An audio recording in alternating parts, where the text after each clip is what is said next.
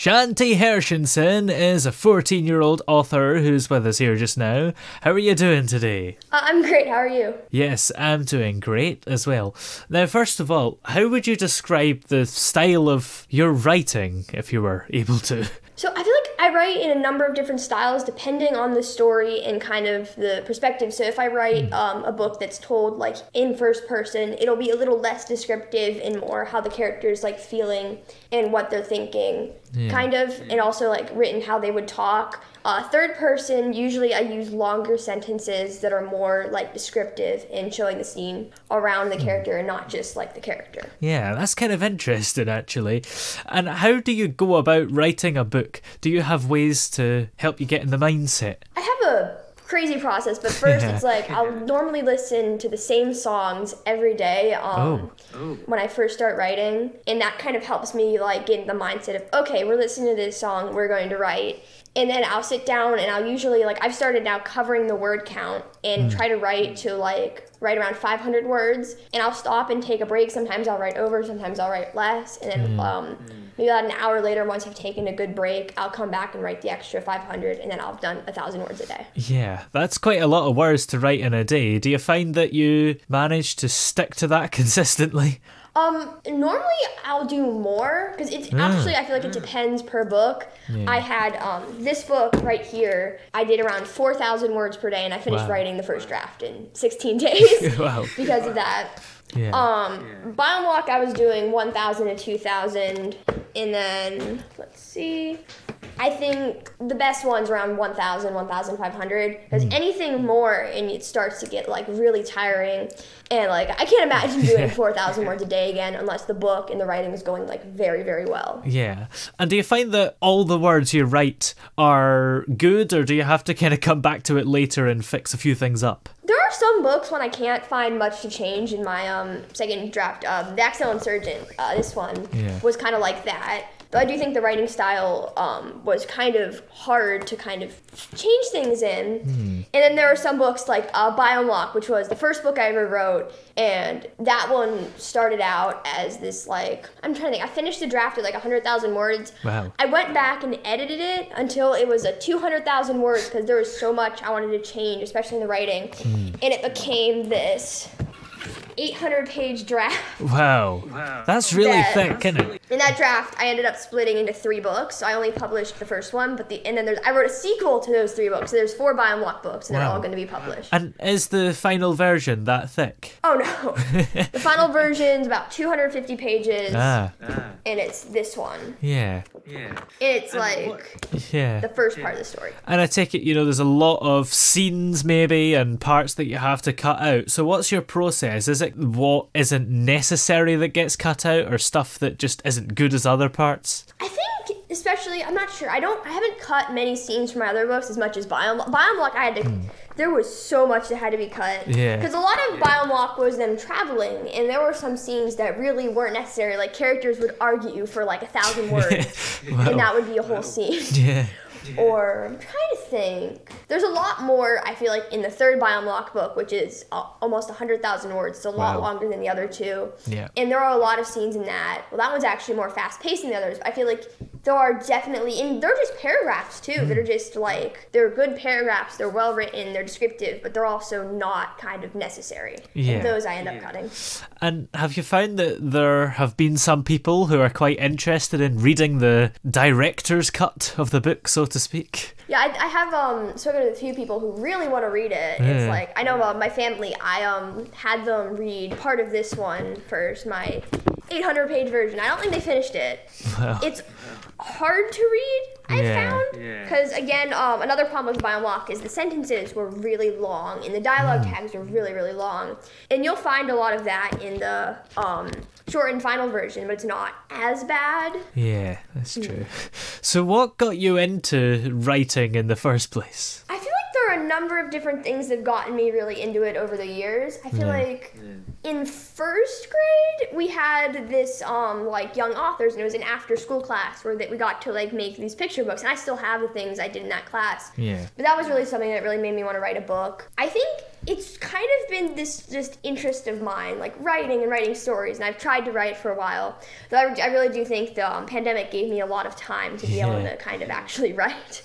Oh yeah, definitely, because you would have been off school for a lot of it, maybe even still are, so you would have had plenty of time, I guess. Yeah, it's like, I'm trying to think, we were off school for over a year. Yeah. And it was like, I was really upset because all of my extracurricular activities got canceled, and it's like everything that made me was suddenly not there anymore. And I was just pretty much locked in my room all day.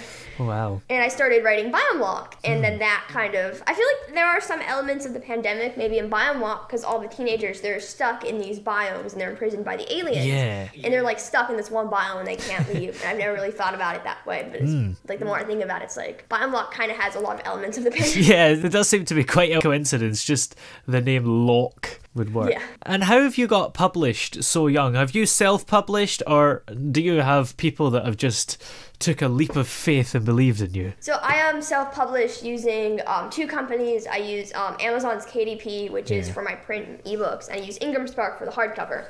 And they can make some really good-looking hardcovers like this one. Ooh. And I have another hardcover for my book, You Won't Know Her Name, which is a poetry book. And the hardcover for that, it's like I just approved the final e-proof for it. And it was actually giving me some problems, so I'm glad like those have been somewhat sorted out. Oh yeah, absolutely. And how easy is it to self-publish? Is it easier than acquiring a publisher? I think in some ways it is, in some ways it's not, because you have to kind of pay for everything yourself, and you have to get all the editing done, you have to do all the marketing yourself. So in that way it's harder, but like to actually get the process going and getting an agent, that is a lot harder to do. Oh yeah, that does seem like quite a feat. Yeah. So what advice would you give to other teen authors who are thinking of pursuing this but don't know what to write or don't know how to get a book published maybe? I think the biggest advice I can give to anyone trying to write a book that's like young is like don't let your age like kind of get in the way, because I have talked to a couple people and they're like, oh, I'm too young to write a book, or I can't get it published, I'm like a kid. And I think just kind of throw away that mindset. It's not a thing that's like you can be too old or too young to do. It's just the majority of people that do it are older. But I think anyone can. And that's the thing, if somebody sees a book in a shop or even online, they're not going to judge the author based on their age, because they can't tell their age unless sometimes there's the about the author section, but you have to actually open the book to see that. Yeah. So, what books and authors have inspired you over the years and have you just enjoyed? Let's see, I really like reading. I read in a bunch of different genres. Like my favorite book is The Perks of Being a Wallflower. I don't know if you've heard of that one or not. Don't think so, no. In that one, kind of helped like inspire. There's a line in that in the afterword that actually made me like encourage me to write this book, which is a poetry book, and it's about bullying, and it's very much about a true story. Also, this is the old cover. I recently redesigned the cover. I made an amazing designer did that, and it's not coming in the mail yet, so I have to wait. And there's just a line in that book, and it's in the afterword, and it's like, write that book. And then I was like, okay, I'll do that. And it kind of inspired me to write a book based on true events. Oh, wow, yeah. And this room that you're in now, is this where you do the bulk of your writing? Not really. I do it mostly in my room. I sometimes go outside and I go to the park and write. This is my dad's office. Oh, fancy. Because my room, the internet up in my room isn't too great. But I've actually written in here a few times. It's it's pretty nice. Yeah, it does seem quite non-distracting, I suppose, because there's a few shelves there that are quite empty, so it's very tidy and nice. Yeah, it's like, I feel like distracting environments, that's why I often go to the park to write, because like I can get distracted very easily. Like I have books scattered all over my room, and it's like, oh, I'll pick one up and I'll read it. And then like I won't be writing. The park's like probably the best place to write. Yeah. Because it's just like there's nothing to distract you. Yeah. I take it this is a park as in a park with loads of trees and stuff rather than a park where kids would play. It's like there's one down the street from me, and I've sometimes written there. At my I just moved, so at my old house there's also a park, and there are a lot of kids there, but like you could go off and kind of, because there's just grass, and I would sit like under a tree. The park that I live near, it's like there's a playground and stuff, but there's not many kids there, so it's like pretty quiet. especially during the day. That's kind of weird then. Why are there no kids? They must have all grown up. That's the only explanation. Yeah, it's like sometimes I see people like playing on the field, but like mostly it's like everyone's elsewhere, so it's pretty good. And do you ever get any inspiration from the environments that you happen to be writing in at the time? Definitely the parks are really good because you can watch like people and see kind of how they act. I can implement that on my characters. Yeah. I have a whole document of just book ideas.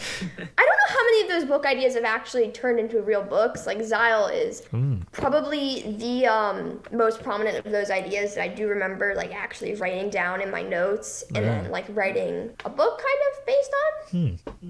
But mostly those ideas are just like really horrible things, but like they could be good books, so like I'll write them down anyways. Yeah, 'cause how many ideas have you had over the years that you've never actually got round to? On my document, I have probably 20, 30 ideas. I haven't counted in a while. Yeah. And these are all like full novel ideas. I have like, I'm trying to think, like I get ideas from very random things, like The Accidental Insurgent. I just like kind of thought about this dystopian world and I was like, okay, what's the worst thing that could go wrong? Yeah. And I do that with a lot of my books. Always the worst thing that could go wrong always happens. Yeah. And it's kind of this way to keep the readers interested because when something goes wrong, it's usually going to be exciting to try to make that right. Yeah. But then something else will go wrong.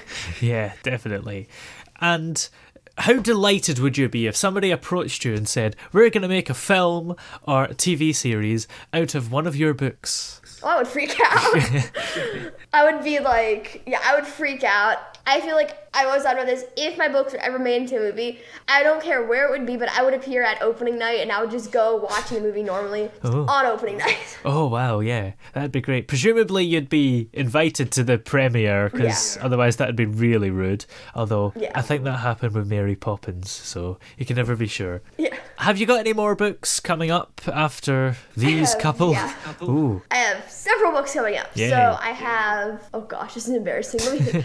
I have, so my Xyle Delane series, which is a series of novellas. I have the third book in the series coming out. The second one's already published. I have 3 more Biomlock books coming out. Wow. Okay. And Biomlock 4 is super cool, but it needs a lot of work. It's like, takes place like after everything's kind of closed. Yeah. I have, actually another Xyle Delane, which is probably one of my favorite of my series to write. Yeah. And I have just another one of these. It's going to be a novel this time as opposed to a novella. And it's the origin story of the villain, which is really interesting because already I think at least the villain of that series is this kind of really eccentric kind of magician almost, except his magic's a little more than an illusion. Yeah. And to kind of see him like starting out and like what got him to the point where he's like this crazy evil guy is really interesting. Yeah. And it's been super hard to kind of write in his perspective. Yeah, that's quite interesting because I'm always interested to know why villains are the way they are, because a lot of books and films just seem to forget that half the time and just go, they're bad because they're bad, and that's it. Yeah, it's like for Biomlock, I had the villain's point of view be in a few chapters, and that was kind of a way to kind of explain, like, because the villain in Biomlock, it's like, he's the villain, but it's also like he doesn't have a choice of whether or not he wants to be the villain, and that was kind of the interesting kind of part of that. But for this book, it's like, this guy in Xyle had the full choice if he wanted to be the villain, and it's like, it didn't, like, no one, like, forced him to do it. And that part's been really interesting, but it's also been super hard. Oh, yeah, absolutely. And how is school going? Because you're going to do really well in English, right? Mm-hmm. I think school, it's like, I do well academically in general. I'm doing better in math this year. That was kind of a subject that I had struggled in 7th grade. Yeah. It's like, socially, school is kind of, I don't know, I feel like school, a lot of schools, especially my own, have bullying problems. And just kids treat other people horribly, and that's something I work towards. Yeah. And in that way, it's like, I don't like school, but I do, I really love my teachers, and I love the academics. Yes, definitely. Where are we able to find your books if we'd like to read them? So my books are all on Amazon.com, and just, I think every Amazon website. Yeah. I have The Accidental Insurgent, the hardcovers at Barnes & Noble, and you can probably find it at most places that you buy books online. Yeah. I have a lot of my books actually just in online bookstores. I'm working on the physical bookstore aspect. I plan to do some book signings, so that will kind of get the books in some select stores. Yeah. And also, all the books, you can find links to all of my ones that are published. Actually, most of them. I have 2 books that I wrote in 6th grade that I didn't like, so I took them off my website. Yeah. But you can find all of my books that I published on my website, as well as updates and like short stories at shantihershenson.com. Yeah, great. Well, thanks very much for coming on the show today. It's been great to chat to you. Thanks for having me.